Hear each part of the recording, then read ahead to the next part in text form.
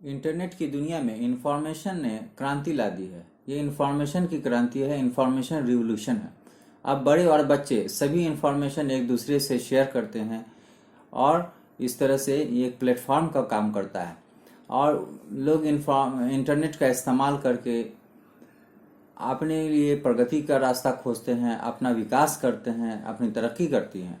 अब हम जानते हैं कि समाज में इंटरनेट तो बहुत अच्छा रोल अदा कर रहा है, फिर भी समाज में कुछ ब्लैक शिप होते हैं, कुछ भेड़िए होते हैं जो लोगों को तंग करके खुश होते हैं, लोगों को दुख देकर खुश होते हैं। ऐसे लोग अमूमन डिप्रेस्ड होते हैं और मानसिक रूप से बीमार होते हैं और उनको दुख तकलीफ पहुंचाकर और परेशानी देकर बहुत खुशी होती है। जैसे कि मान लीजिए फिल्म में मुगाम्बो या गब्बर सिंह को हुआ करता था।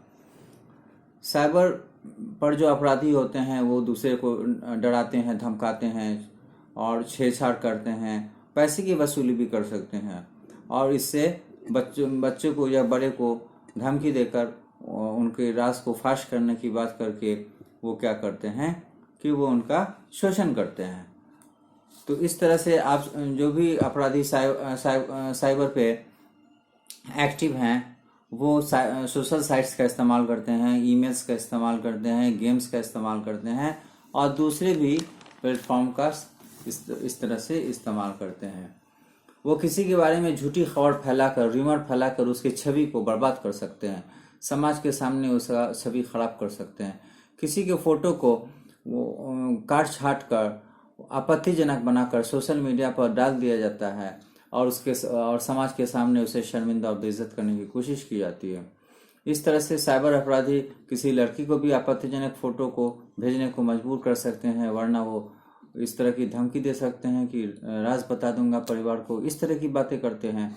तो साइबर अपराधी से निपटने का सबसे आसान तरीका है कि उससे पीड़ित को कभी बहस नहीं करनी चाहिए, ना उससे कोई सवाल जवाब करना चाहिए, ना उसकी किसी डिमांड को मानना चाहिए, बल्कि क्या करना चाहिए कि सीधे अपने बुजुर्ग को, माँ बाप को इसको सूचना दें और फिर शहर में जो साइबर सेल है, पुलिस को इसकी सूचना दी जाए और आवश्यक कानूनी कार्रवाई की जाए।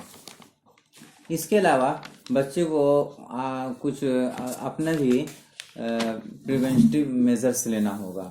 जैसे माँ बाप अपने बच्चे को बताएं कि भाई जब भी तुम अकाउंट्स खोलो तो पासवर्ड्स अपना काफ़ी मजबूत बनाओ, कॉम्प्लिकेटेड बनाओ, ताकि कोई भी तुम्हारे तक पहुंच ना पाए और इस तरह से वो काफ़ी महफूज रहेगा। इसके अलावा ये है कि किसी भी देखिएगा गूगल पे या कहीं भी ट्विटर पे कुछ प्राइवेट सेटिंग्स होती है प्राइवेसी वाली, तो उस सेटिंग्स में जाकर ऐसा उसको काफ़ी मजबूत बनाना है ताकि अननोन आदमी की एंट्री वहाँ तक ना हो।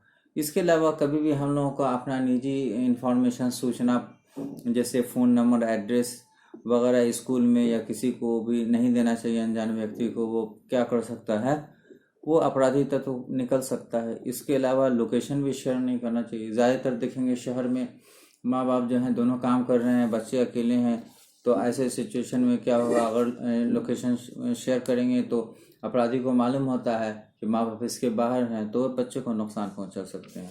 तो इन बातों का भी ध्यान रखना चाहिए। इसके अलावा माँ बाप बच्चे से खूब दोस्ताना ताल्लुकात रखें। बच्चों को आधा घंटा या 1 घंटा समय ज़रूर दें, चाहे आपका बच्चा नर्सरी में हो या 12th क्लास में। बच्चों से खूब नज़दीक रहें, उनकी सारी बातें सुनें, उनको डांटे फटकारे नहीं बल्कि समझाने की कोशिश करें। प्यार में ज़्यादा ताकत होता है, डंडा में ताकत कम होता है। डंडे की ताकत जो है ज़्यादा दिनों तक नहीं चल पाती है। इसीलिए आपने देखा होगा कि जब बच्चों का जो सामाजिकरण होता है स्कूल में, तो वो जो गुण सीखते हैं वो ज़िंदगी भर उनके साथ रहता है। और डरने की बात तभी तक होगी जब तक डराने वाले के हाथ मजबूत हैं। जब डराने वाले के हाथ कमज़ोर होते हैं तो फिर कोई डरता नहीं है, लेकिन प्यार की ताकत बहुत मजबूत होती है। तभी तो बूढ़े माँ बाप जो हैं उनकी इज्जत औलाद हमेशा करते हैं। तो इस तरह से आपने देखा कि मैंने कोशिश किया कि साइबर के अपराधियों से कैसे बचा जाए, बच्चों को बचाया जाए और बच्चों से काफ़ी क्लोज रहें, बच्चों से एक दोस्ती वाला ताल्लुक़ रखें। वो ज़माना चला गया जो बच्चों को डांटते थे, फड़काते थे या उनसे दूरी बना के रहते थे। अब ज़माना बच्चों से दूरी बनाने का नहीं है, बल्कि उसके दोस्त बना कर रखें, ताकि बच्चों को बाहर अननोन आदमी से दोस्ती करने की ज़रूरत नहीं रहे। अगर माँ बाप ही बच्चे के दोस्त हैं तो फिर बच्चे दूसरे से दोस्ती क्यों करेंगे। तो आप बच्चों की सारी समस्याओं को जानें, उनको निदान करें, बहुत प्यार से उनको हैंडल करें। थैंक यू, शुक्रिया। आपका अशरफ, समस्तीपुर से।